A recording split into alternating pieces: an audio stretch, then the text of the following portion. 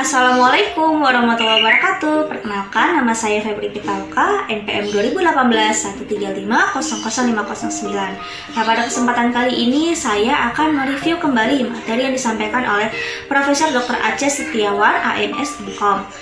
Tentang materi etnoinformatika, toponimi, dan antroponimi menggunakan spasial data mining untuk pelestarian budaya. Nah, jika kita perhatikan, pengertian budaya adalah budaya atau kebudayaan adalah keseluruhan gagasan dan karya manusia yang harus dibiasakannya dengan belajar beserta keseluruhan dari hasil budi dan karyanya itu, menurut Kunchara Ningrat pada tahun 1987. Dalam budaya manapun, orang berbagi bahasa, tempat, tradisi, dan cara mengatur, menafsirkan, mengkonseptualisasi, dan memberi makna pada fisik dan kehidupan sosial masyarakat, menurut Asser pada tahun 1961. Nah, jika perhatikan bahwa kebudayaan Indonesia itu sangat luar biasa ya teman-teman. Di suatu tempat, bahkan di suatu daerah itu pasti memiliki kebudayaan yang berbeda-beda dan memiliki ciri khasnya masing-masing, entah dalam bentuk makanan tradisional ataupun tradisi-tradisinya, kesenian-kesenian seperti tari-tarian ataupun musik-musik dan lain sebagainya ya. Jika kita lihat etnosains itu memandang budaya dari perspektif ilmiah menurut Atran pada tahun 1991.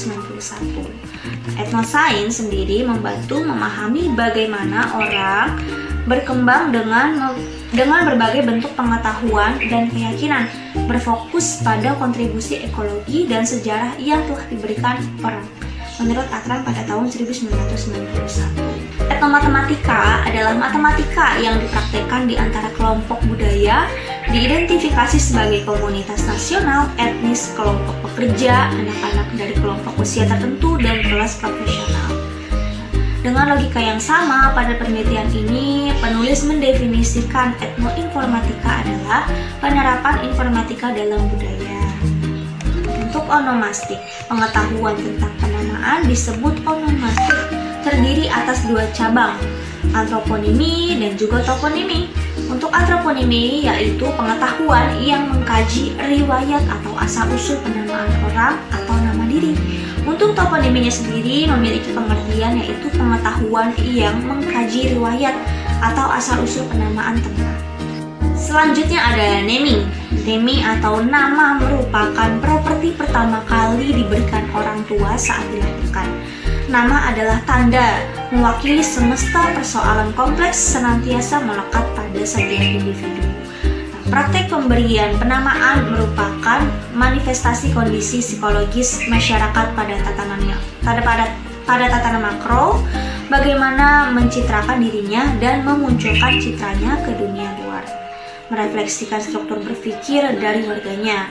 Untuk makna sendiri memiliki arti yaitu arti yang tersimpul dari suatu kata. Jadi makna dengan bendanya sangat bertautan dan saling menyatu. Jika suatu kata tidak dihubungkan dengan bendanya, peristiwa atau keadaan tertentu, maka tidak bisa memperoleh makna dari kata itu. Semantik.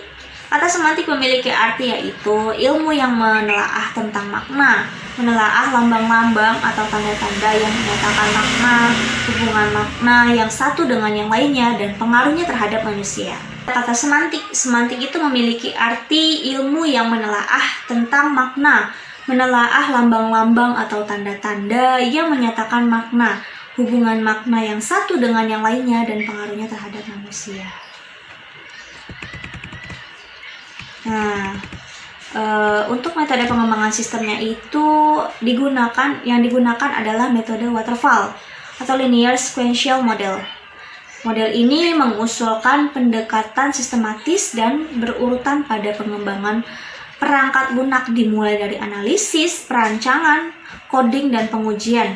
Nah, untuk spasial data miningnya itu yaitu suatu proses mengekstrak pengetahuan secara otomatis dari database spasial yang besar untuk mendapatkan pola yang menarik sehingga diperoleh suatu pengetahuan. Sedangkan fungsi dari data mining meliputi deskriptif dan prediktif.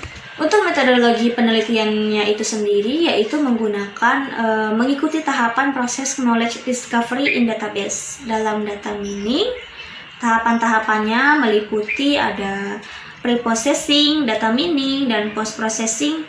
Nah, untuk pre-processingnya sendiri itu yaitu proses penyiapan data sehingga siap untuk diolah. Untuk data miningnya tersebut yaitu proses penggunaan metode untuk mengolah data. Untuk post-processing yaitu proses visualisasi dan interpretasi hasil proses data mining. Untuk selanjutnya di sini ada contoh studi kasus toponimi desa di Indonesia. Jika kita lihat wilayah di Indonesia itu kan diklasifikasikan menjadi 6 bagian. Pulau Jawa, Pulau Bali, NTB, NTT, Sumatera, Kalimantan, Sulawesi, Maluku, Papua. Nah, jika kita lihat di sini ada beberapa desa yang menggunakan kata awalan yang berawal dari kata ci, pa, su. Dan di situ kita lihat ya, untuk mencari tahu data-datanya tersebut, ada berapa desa yang menggunakan kata awalan ci, pa, dan juga su. Untuk di Jawa Barat yang menggunakan kata awalan ci itu ada sebanyak 1046. Untuk awalan pa ada 460, su ada 545. Itu untuk di Jawa Barat. Dan pulau-pulau yang lain tersendiri memiliki jumlah yang berbeda tentunya ya. Nah, terus di sini ada rekapitulasi